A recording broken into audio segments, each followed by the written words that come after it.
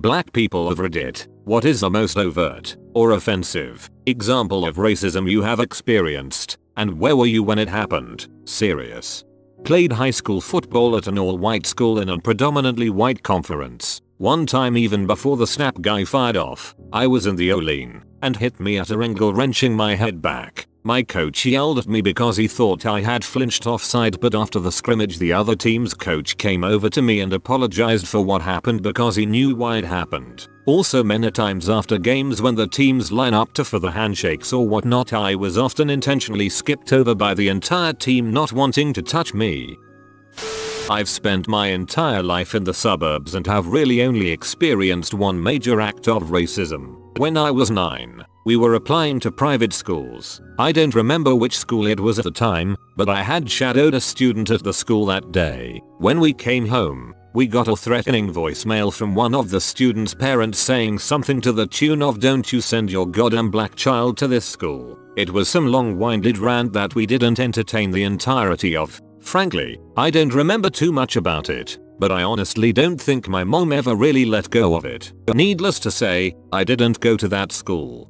That crap is the worst when you realize people still do this. My wife works at a rural school in NC, and this last year they had a big redistricting ordeal. A bunch of higher income families now had to go to this poor rural school with a lot of blacks and Hispanics. One parent called and said her child would not be riding the bus with those kids. It was 2014.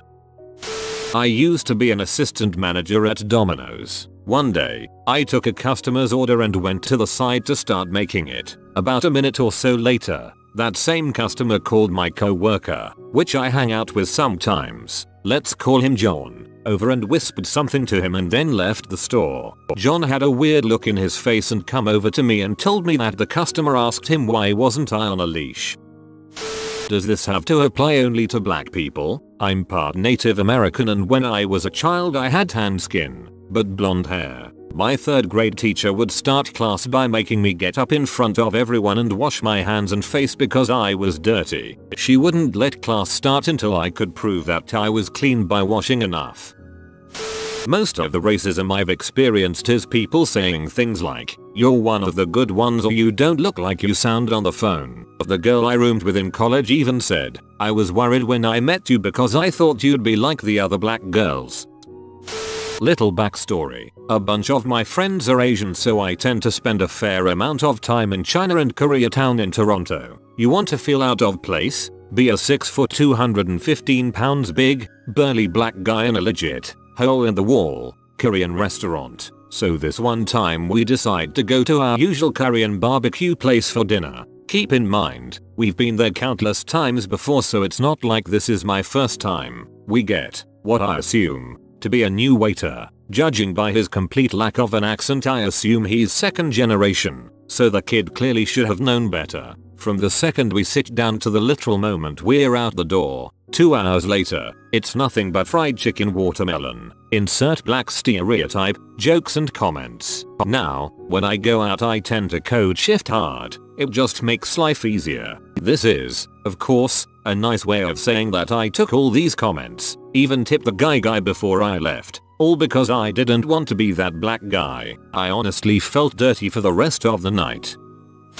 I am the youngest of 9 adopted children. My parents are white. My adoptive mother would always tell people that black kids come at a dime a dozen. She adopted us for the subsidy. Terrible mother and childhood. Personally, the thing that has had the biggest effect on me is the realization that black guys are considered dangerous even if they are short and underweight. An old lady at a department store ducked and covered the back of her neck while another black guy and I walked past her. That blew my mind. An old Middle Eastern woman at Yvonne's let me know that she didn't want me behind her in line. She told the cashier that she was lucky that he was there. The kids in front of my old aunt loved my dog. One day I heard their mom tell them in Spanish to not talk to blacks and ignore my dog. That one got me in the feels. The most memorable time was when the police were looking for a neighbor, who is obviously half white, for breaking and entering. Before I left the front gate, an officer stops me for questions and then tackles me onto the brick stairway. Despite yelling for help really dang loud, the other officers didn't do anything until the break-in victim ran outside and screamed, "That's not him." The officer told them that I was running away. I never feared the police until LAPD. A more recent event. At the last desk job I had, the head of QA was over by the group I worked with playing the "What Celebrity Do You Look Like" game. As the only black guy in the office, I had long ago learned that this was a game I want no part of. I've always gotten a strange, hostile vibe from this one woman anyway. I've had scores of people not believe I knew how to program and treat me with suspicion long into my time working there. Some took it more personally than others. Anyway, she looks at me and says, "Hey, you know who you look like?" I sigh and a little and say, "Who?" She gets a little smile on her face and says, "You look just Michael Vick." Now mind you, I am 5.11 and a good 170 pounds maximum. I'm a programmer. There isn't a football playing bone in my body. Also, this happened in Philadelphia, where Michael Vick had long been held by the ethnic whites to the south of our city as a prime example of how vicious and disgusting black people from the hood can be. "What about me looks like him?" I ask, trying to keep present. She stumbles a bit and says, "Well, you don't look like him so much, but you probably have friends like him, right?" I don't know what happened next exactly. I do remember one of my co-workers actually googled a picture of Vic afterwards, just compare, and, God bless him, said, "Well, I can't say you look like Michael Vick, but you do look exactly like a black guy." I laughed. So, close enough, right?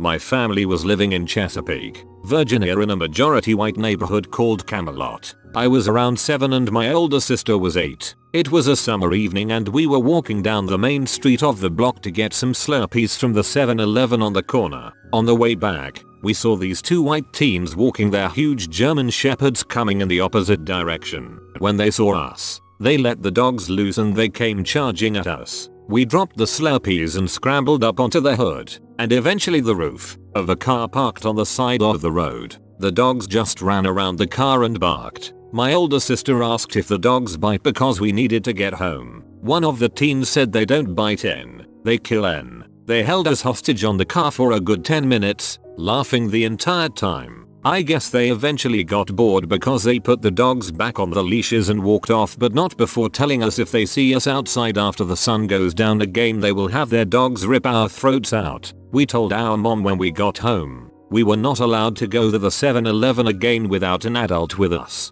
I spent most of that summer in the house. Once in middle school I spent weeks studying for a spelling bee. It comes down to me and another girl and my teacher who made it clear on how we were treated. She didn't think highly of the black students. She just kinda doesn't hear me. I spelled the word right and the class confirmed that she told me I was wrong and won't be going to the spelling bee for our county. I was heartbroken because the girl she said won was in tears because she knew something was wrong. For me it was in a church in Indiana. I was visiting there for a weekend. Being a Christian, I wanted to go to church on Sunday, so I googled churches and found the nearest one. Sunday morning, I noticed confused stares as I walked into the building. I was confused myself. When I finally entered the church hall, it slowly dawned on me why. This was a white-only church and I was not welcome. I was shocked. This church was on a college campus which had people of all races, yet the parishioners by their prejudice had managed to maintain a white-only congregation without being vocal or honest about it. I was already in, so I decided to sit through the service. It was uncomfortable. The kids especially didn't hide their shock. They stared, pointed and whispered to their friends the whole time. One of them was surprised I could sing, but they were only kids, so I understood. The adults though. I rushed out as soon as the service was over. I'm still scarred. I had never really understood racism before this event. I grew up in Africa and was a college student in a major city US where it was very diverse. A few months back I was walking at like 7 PM in downtown Sacramento with a few friends, 2 white, an Asian and me, black, and suddenly a police cruiser comes speeding down the street, stops by us and has me and one of my friends, Asian, cuffed and put up against the wall. Apparently, we were loitering in front of a store that we were walking past. He sat us down on the ground for like half an hour then just let us go with a warning. I have a lighter one though. Back in November, I was at a local Raley's picking up some groceries. In the self-checkout line, well, I forgot to grab something. I think it was cereal, and after I get back the attendant walks up to me holding a bottle of Robitussin and says, "You forgot this now, keep in mind this lady looks like someone's mom." I don't think anything of it and say, "Oh no, that's not mine," and start to pay. She looks at me and says, "Are you sure? I see you people buying this all the time." I just stop in my tracks, staring at this Peggy Hill looking lady, finish the transaction and walk away laughing. I grew up in a neighborhood that was mostly white, but my group of friends has always been really diverse. I was walking home from one of my friend's house pretty late, around 12 AM, when a squad car pulled up beside me and asked me what I was doing. I simply said I was walking home. They ask me where I live. I point a few houses down the street in this very quiet neighborhood. They then use the "well, we've been hearing that there have been potential burglaries going on recently" line. This happened probably 5 to 6 times over the course of a year. I was about 14/15 at the time. It just got so annoying to be typecasted so early in life.